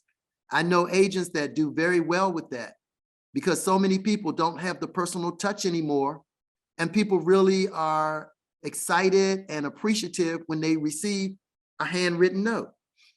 One of my coaching clients, yes. I'm sorry. So in regards to like the handwritten notes, I guess, can you clarify? Because my understanding is that we necessarily can't put, I guess we can't physically put anything in their mailbox, but we can mail something out to their home. Is that correct? Yes. Okay. You cannot put anything in a mailbox that doesn't have a stamp on it, because the mailbox technically belongs to the post office. Understood. Okay. And I guess like if we're doing it, those, in this sense, I guess I'm gonna call them note cards or thank you cards. I guess what should be kind of like an idea of what should the verbiage be inside of those cards when we're sending them out? Is it just simply saying like, thank you for your time, thank you for, taking the time out to speak with me today, or what should it include? That's a great question that you asked. And on the handwritten notes, you can send them out for a variety of reasons. You can just send it out because somebody just did a kindness for you. Somebody was just nice to you on the phone. Somebody remembered you. Somebody may have remembered something that your child did, or your family, or that type of a thing. It doesn't have to be that it was something that was real estate related at all. It could just be a general thank you just for reaching out. You know, I was saying this to someone the other day. I was teaching a class, and you know, I think to a certain extent it's somewhat sad it's, you know, now sometimes when someone is nice to you, you're like shocked when people are nice. You know, I mean, that's kind of amazing, because sometimes you're wondering, well, what does this person want? Because they're actually being nice. And where was I? I was in a, I don't know, I was in a restaurant. I don't know how to tell the story. I was in a restaurant Sunday evening. And they have just this restaurant is not expensive. They have very good service. They have very good service.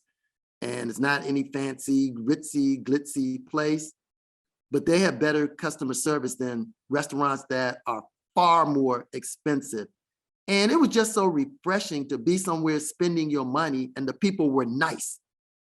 Because we've all experienced where we spent money and the people are rude. And you spend a lot of money and they're rude. So just something small. Let me give you a quick, share a quick thing with you. I remember when they were over in Hyattsville, and they had that restaurant. They had been there forever and a day, and they were a sit-down tablecloth restaurant. And I had dinner there, and the server, it was a female server, and she was attentive, remembered the order and the whole thing. And at the end, on the actual bill, on the check, on the actual check, she had written a handwritten note and said, "Oh, it was such a pleasure to be your server today. And whenever you're in, I look forward to serving you. Please ask for me by name." I never had anybody do that. Now, I'm a person, I believe in tipping I believe in tipping. I mean, I want good service, but I believe in tipping. I don't believe because they provide a service and they should get no, that's not me. And I was gonna give her a tip anyway. Guess what? That just increased her tip, just because she did a handwritten note on the check. I had never experienced somebody doing that. And being in sales, I really looked at that and I was like, I like that. I like that. I don't know if you've had a similar experience. So somebody like that, get her name and number, that would be somebody I'd send a thank you card to. So you never know. So thanks for that question. So you can use it for any occasion. Any occasion. Okay? All right. And then make sure you include 2 business cards, not 1, but 2. Because typically if you give a person 1 business card, they're going to hold on to that card and they would not share that card with someone else. So I want them sharing that. So think about it. If you sent 10 of those out and you put 2 business cards in there and you got someone to give out that other business card, you just plus that up to 20, from 10 to 20. Make sense? Okay, let's go down to referrals. Referrals, you want referrals to get to be the lifeblood of your business. Referrals are very important. Please make sure that you're scripted to ask people for referrals before, during, and after the transaction. Don't wait until someone is going to closing to ask for a referral. You have multiple points that you can ask someone for referrals throughout that transaction. Let's say you have a buyer. You could do the buyer consultation, and people are excited when they do that buyer consultation. They're excited about the fact to go look at homes. So guess what? Let me ask you this. You guys seem to be really, really excited about this first home that you're purchasing. Is that correct? Oh yeah, this has been a dream for us and we've been saving, and we can't believe that we're finally at this point, and we just want to find the right house. Wow, I can tell from the smiles that you guys have on your faces, just ear to ear.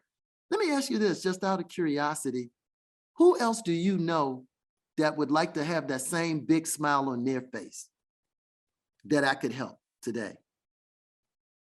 Oh, well, let me think about that and we'll let you know.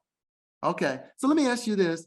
If I do a great job for you and you guys are super satisfied and you feel that I met all of your needs, then you wouldn't have a problem referring me to anyone else, would you? Oh, no. Okay, I'm gonna write that down, okay? And I'm gonna check back with you. And they'll start laughing, and I'll actually write on the paper that they said that they were gonna look for a referral. Okay, let's say that we do the home inspection. Now, sometimes the home inspections go well, sometimes they don't. Let's say that in this case that it went well. All right, that's another time to ask for it. Okay, so let's say that now you're going to send, they have actually written a purchase agreement and you're going to submit that. They've got to be happy if they've made a decision to pay for something over 30 years, right? So that's a great time to ask for a referral then. So there are multiple times, don't wait till the end. There are multiple times to ask for referrals. Everybody good? Any questions on this? Because I see people missing these opportunities. Any questions? Anybody have any questions on the referrals? All right, also teach people how to send referrals to you. Teach people how to send referrals to you. There's a bold law that says people grow into the conversations you have around them. That's a bold law. All right, so bold business objectives, life by design. I'm sure there's going to be a bold coming up, so get prepared for bold. So I'm going to go ahead and throw that out and do some pre-marketing for bold. So watch out for bold because we're going into 2022 and bold is coming. All right, so make sure you stay alert for that. All right, so we talked about the referrals and let's move on and go to, they talked about the pre-qualification. We talked about any ahas. So I'm going to keep going. And here it says, connecting questions. Let's look at these connecting questions because you're only as good as the questions you ask to a certain extent. Get the details to add to your database. If you would, please tell me a little bit about your family, job, life. So this is going to Ford. Assess their wants, needs, and plans. What are you looking for? What do you want to do? Now the questions, if you look over on the right-hand side, what are the questions? They're who, what, where, why, when, how.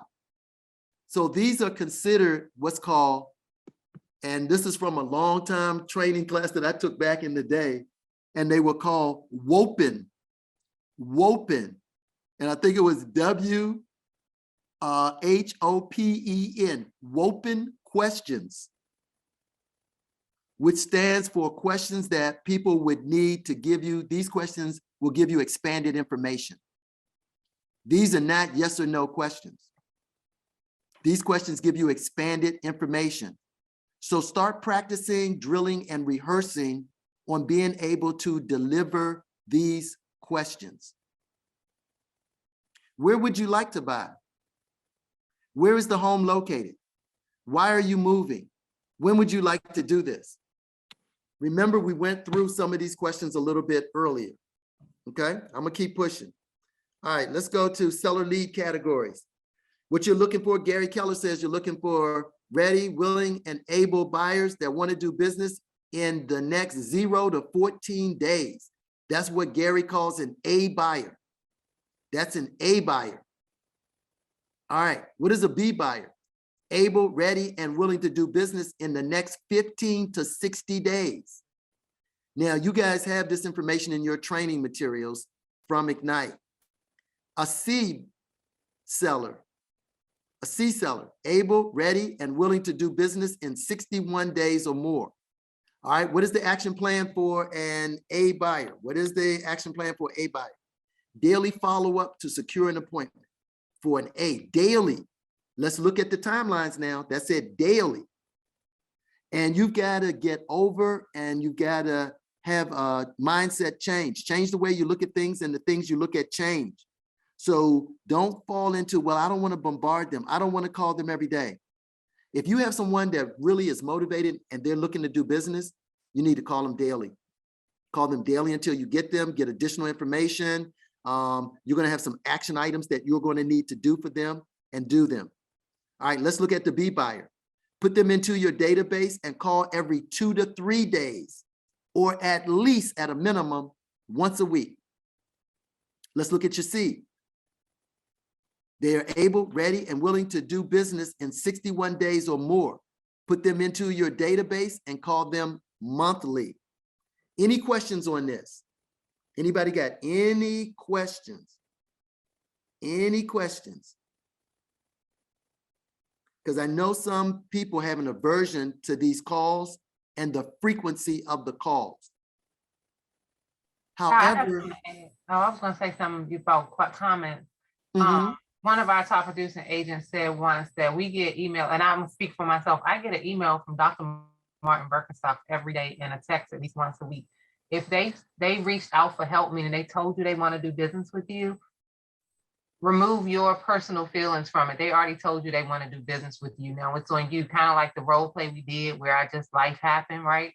They might not, they might not know how often they need to communicate with you. They don't do this every day. You do. You need to express to them what needs to happen in the game plan. that's a good point. I think the worst feeling, and any agents that have been in real estate a while, we've all had it happen to us. I've had it happen to me. I'm not going to be on this Zoom as a facilitator and act like I've never made mistakes and never did the correct follow-up. Sometimes I don't think we sometimes really clue into when people tell us certain things. Because I remember a lady told me, she said, yeah, no, we're not going to do anything right now, but call us back in 3 months and I'll let you know where we are. And I was like, sorry. huh? No, I didn't know I wasn't on mute. I'm sorry. And I waited. And guess what?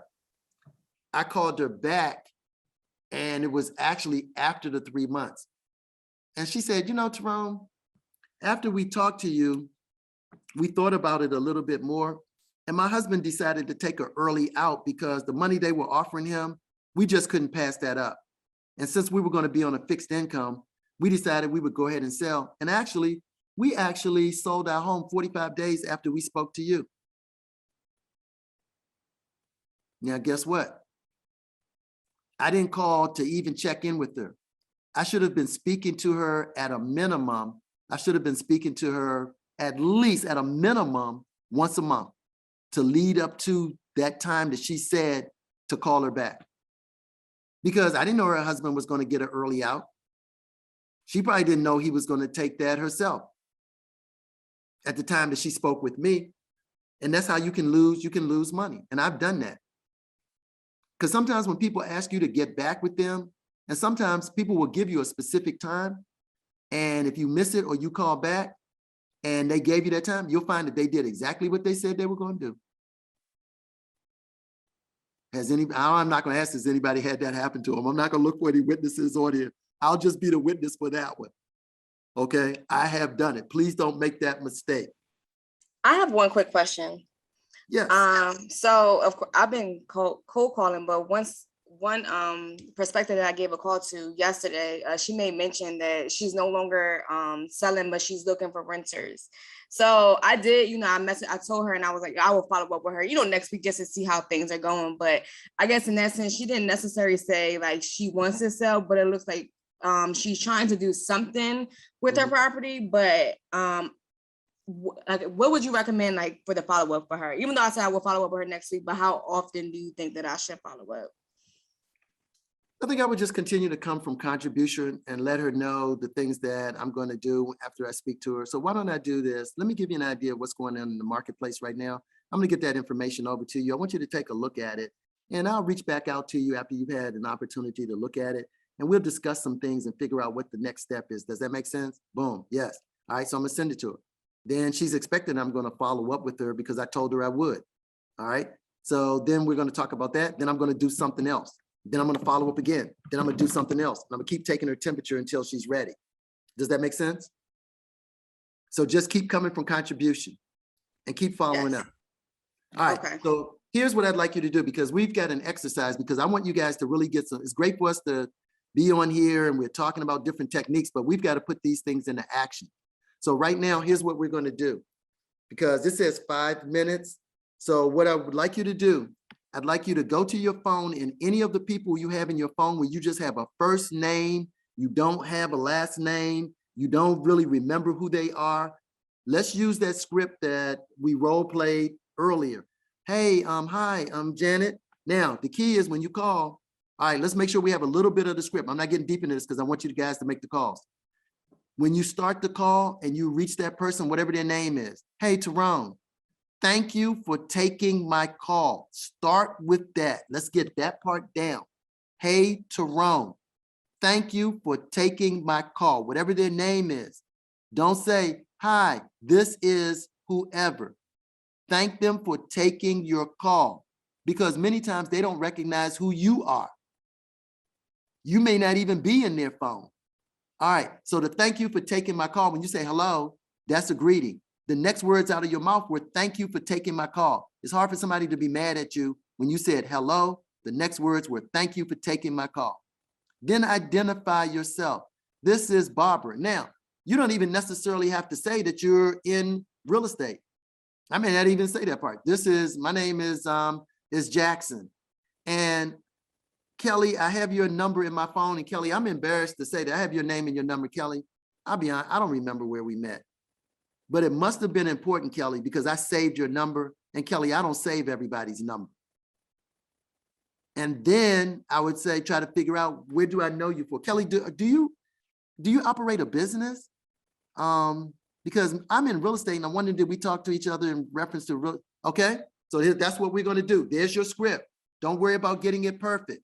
All right, so we're going to keep our cameras up, and I'm going to ask you to take your phone out, search through your phone, and find any number where you don't have complete contact information, and we're going to go now.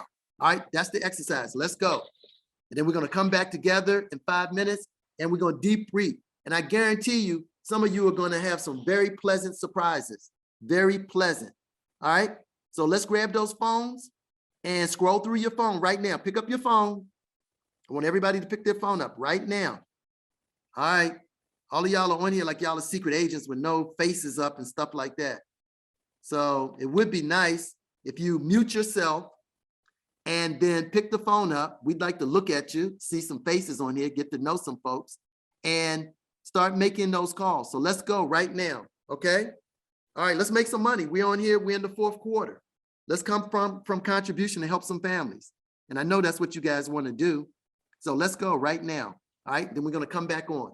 Don't go fix a sandwich. Don't go eat no more dinner. Don't go put another load of laundry in the washer. Pick up the phone and identify those numbers. And let's make the calls for 5 minutes, and then we'll come back and debrief. All right, you owe it to yourself and you owe it to these families. So don't let them fall into the hands of a poor real estate agent, a bad real estate agent, when maybe they may have a real estate need. All right, so we're going right now. All right, so I'm gonna be silent for 5 minutes and you guys work it out. All right, so please do the exercise. Don't cheat yourself. Please do the exercise. Ignite is about doing the work. It's not lecture, lecture, lecture, lecture, lecture. Ignite is getting the work done. Your daily 10-4. So this would count toward your 10 contacts made for the week. Your 10 contacts added to the database. Now, make sure you want to get more information. Also, you want to get more information. So flesh that out. Get their last name. Get an idea of where they live. They may live somewhere close to you. Let them know that you get information in real estate that can save them money. That sometimes you get opportunities of properties being sold for pennies on the dollar. And you typically send those out to your VIP platinum prospects. And you'd love to have them become VIP and platinum. All right. So I'm gonna let you roll. Then we're gonna come back.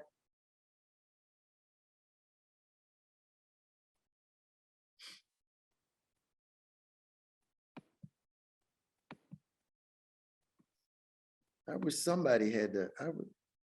I wish somebody, because really when you guys are on this call, the real guidelines on this are you're supposed to have your cameras up and have your face up. None of this blank stuff, whole bunch of just placeholders, no names, that type of thing.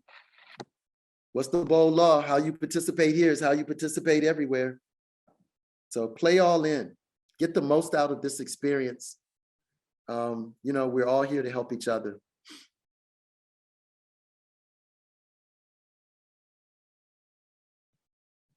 So we've got about 4 minutes left.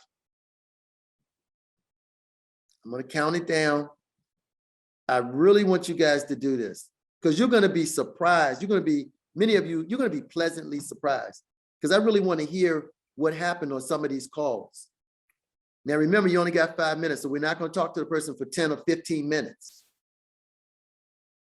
We want to get to the main objective, which is to enhance our contact information for that person and to see if they may have any real estate needs. So it's going to be interesting to hear you guys' feedback. I think some of you are going to be really interested and pleasantly surprised. All right, so we've got 4 minutes on this.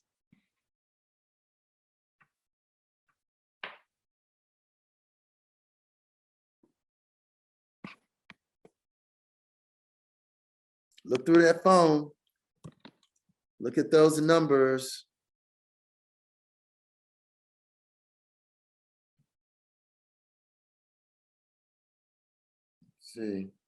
See who do I have in my phone? I know I'm sure. Let's see, contacts.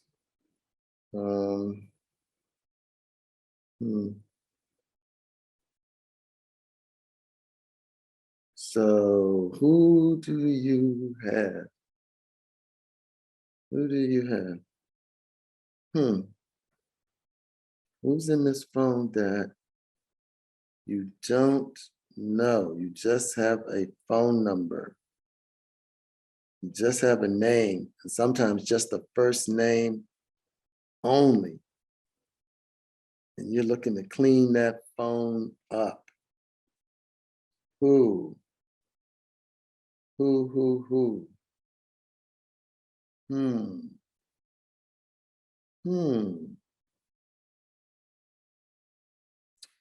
Let's see.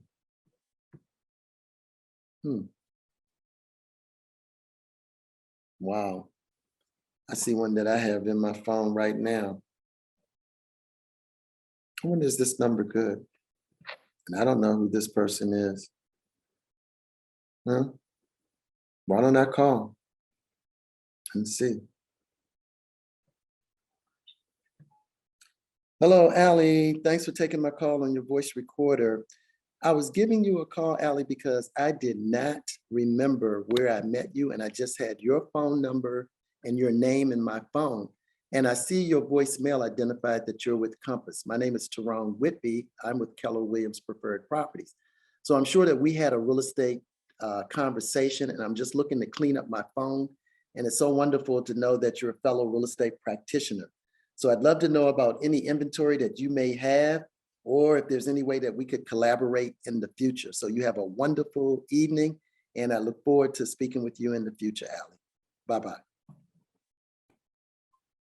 Okay, so I just made a call. I saw the name in my phone. I had no clue of who the person is. Her voicemail message gave me additional information. Now, she's in the business. I don't know if she has listings, that type of thing, but I'm going to do a search to see if she has anything in the MLS. Okay, because she could have some inventory there. All right, so we've got about 2 minutes. 2 minutes, 2-minute warning. Please make the calls. Now, look, when you get back on, I'm going to ask your experience. So please, somebody on here, people that are on here, be ready to go where we don't have the silence, where you can share, because we don't have a lot of time, and that's going to help someone else. So please be ready to go with what your experience was. All right? Because I'm really interested in hearing what your experience was. All right, we're down to, oh, I have a raised hand. That's Leslie, you're sharing? Yes, I'll share. Oh, okay, beautiful. She got us kicked off early. I like that. Thank you, Leslie.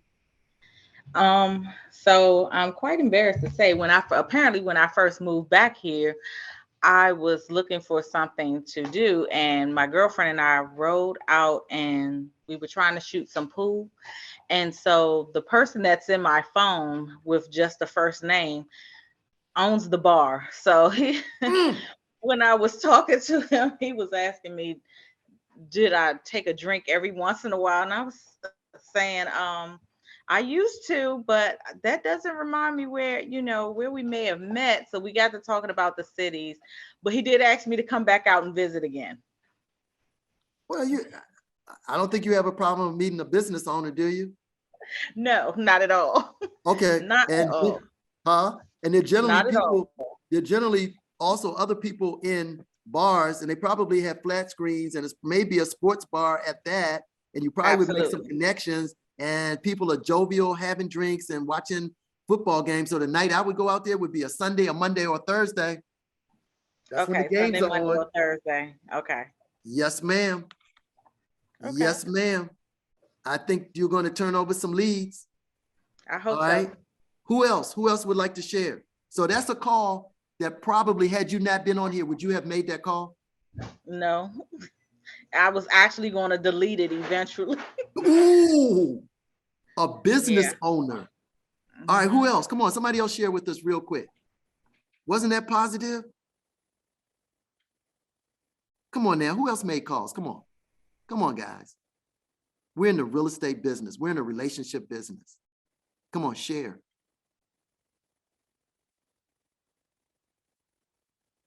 Who else made calls?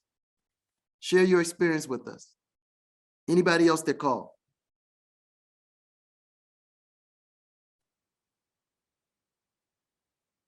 Wow. Okay. All right. So that's a great exercise. Highly recommend that if you're looking to build your business, you've set your goals for 2022, that's what you do. Pre-qualifying. You got somebody in the chat that said they called somebody that was an insurance agent. These people are hitting gold tonight. Okay. Anything else in the chat? Because I'm trying to go through the slide. Let me know what you see in the, anybody else commented through the chat?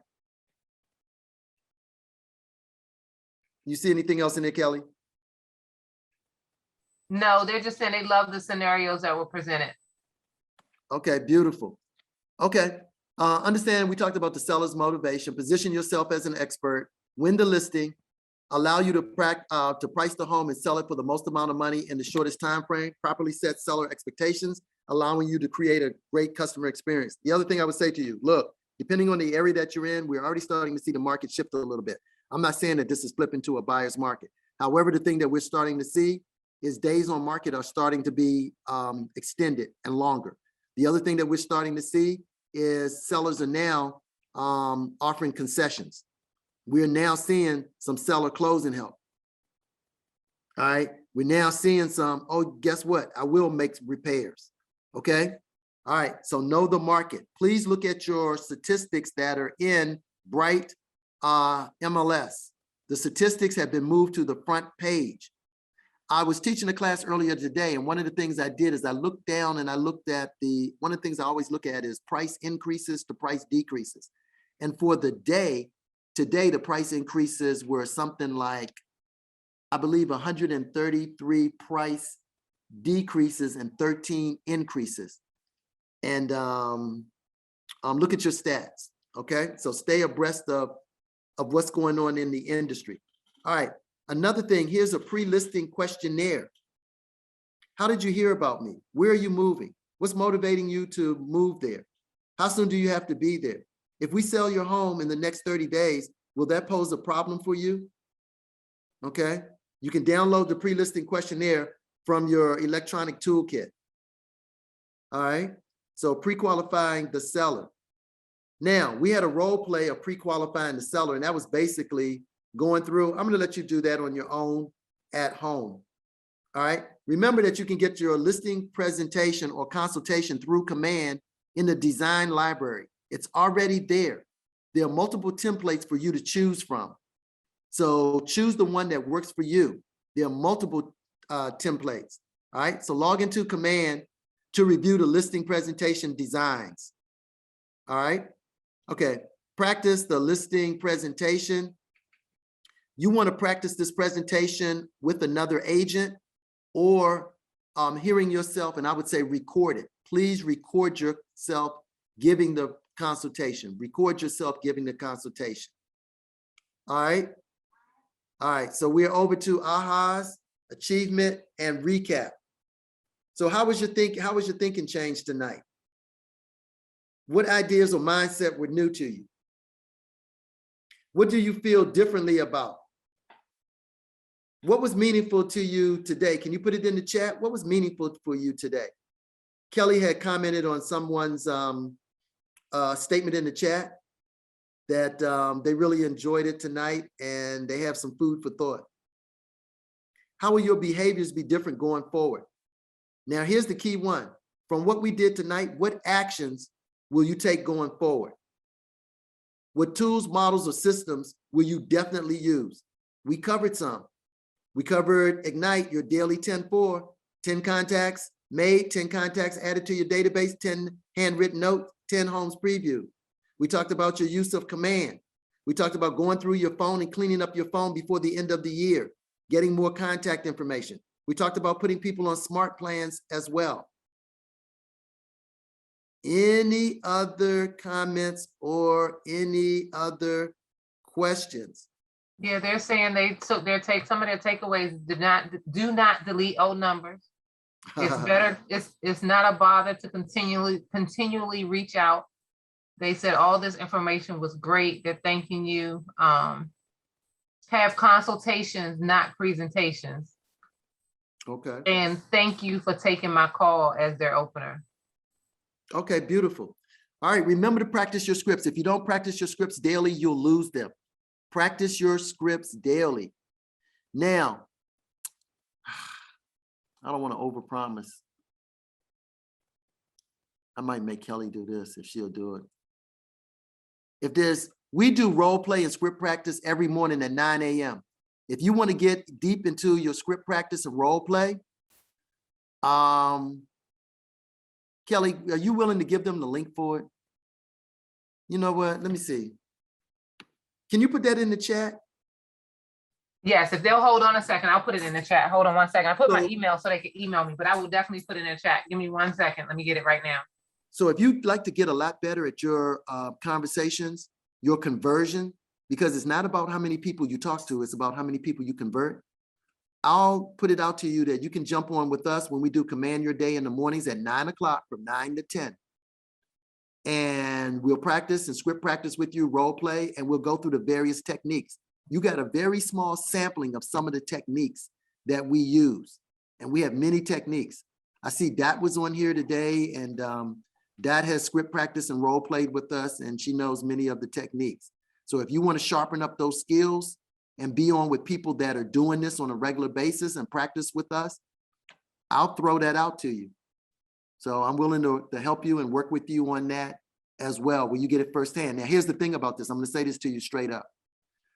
If you're going to be on Command Your Day and you're going to script practice and role play, you must have your camera up.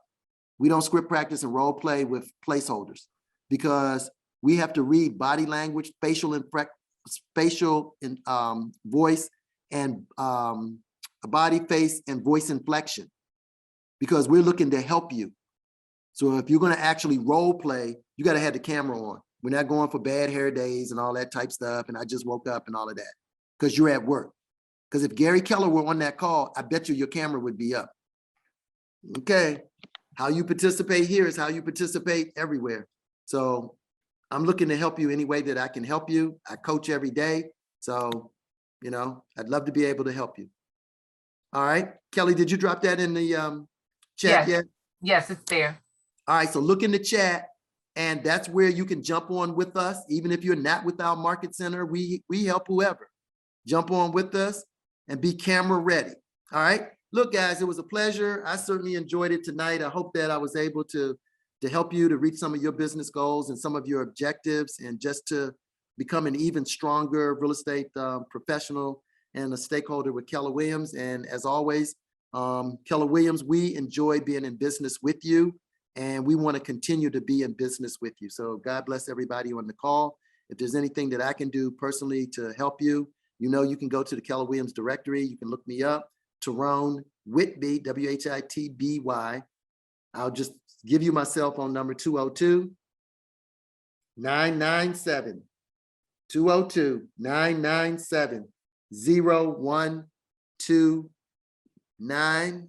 And I thank you for being on the call. And if we don't have anything else, I'm going to end the call. And I'm gonna give you your accolades real quick because I know you're not gonna look at the chat, but they're saying you are an amazing instructor. Of course, many thank yous. You're a great instructor. All the information you've given is very informative, great information that they can actually use. Thank you. wow, I appreciate that, guys. I'm super thankful to you. And as always, if you need anything, just let me know. And I wish you guys the very best and have a great and a fantastic 2022. All right. So good night.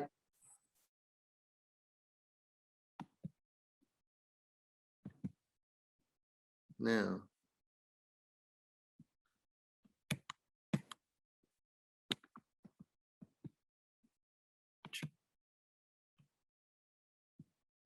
Oh, okay. So I missed the chats. So let me look. Okay. I'm just gonna look at my chats.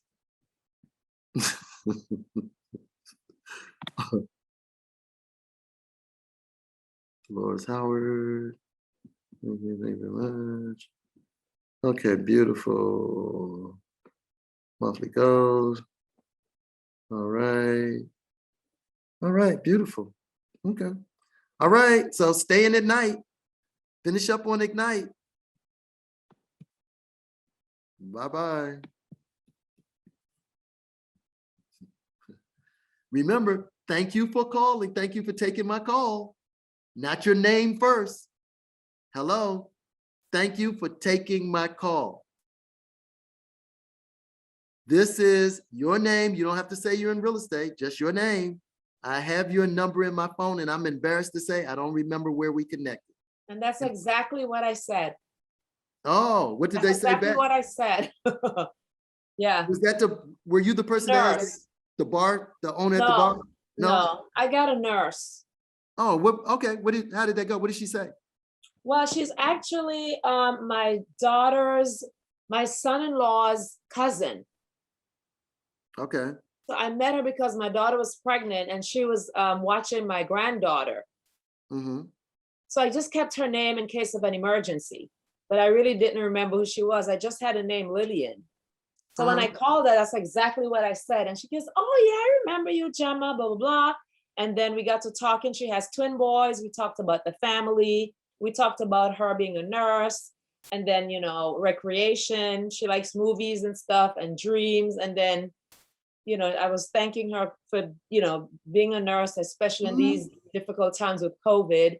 And so I just mentioned, you know, real estate. And she says, oh, by all means, send me a bunch of cards. So I do have this here. You right on point. Yeah. And you're gonna put the two cards in there. Yeah, and thank you for saying that too. Everything you said was really good information. Yeah. Good, because good. typically I just drop one, but now I'm putting 4. Okay, beautiful, beautiful. Okay, and ask her this. So you know what? It was so wonderful connecting with you. And I'm so glad that I didn't make the mistake of just deleting a number because I didn't remember the connection. Let me ask you this. When you get the, I've sent you a, well, when you send her the thank you card, or I'm going to send you a card out there. Can you do me a favor? Could you give, I'm going to put 2 cards in there. Could you give that other card away for me this week to just someone that you know? Could you do that for me? Wow. She's going to say yes. Yeah. Right now you reach somebody else that you don't even know. Yeah. And guess what? You've been pre-sold because she endorsed you. Yeah. So you're already pre-sold. Yeah, absolutely. Yeah. Never It's know. just like you said about talking to people, not being a secret agent. Okay. Yeah. Well, thank you right. so very much. You are wonderful.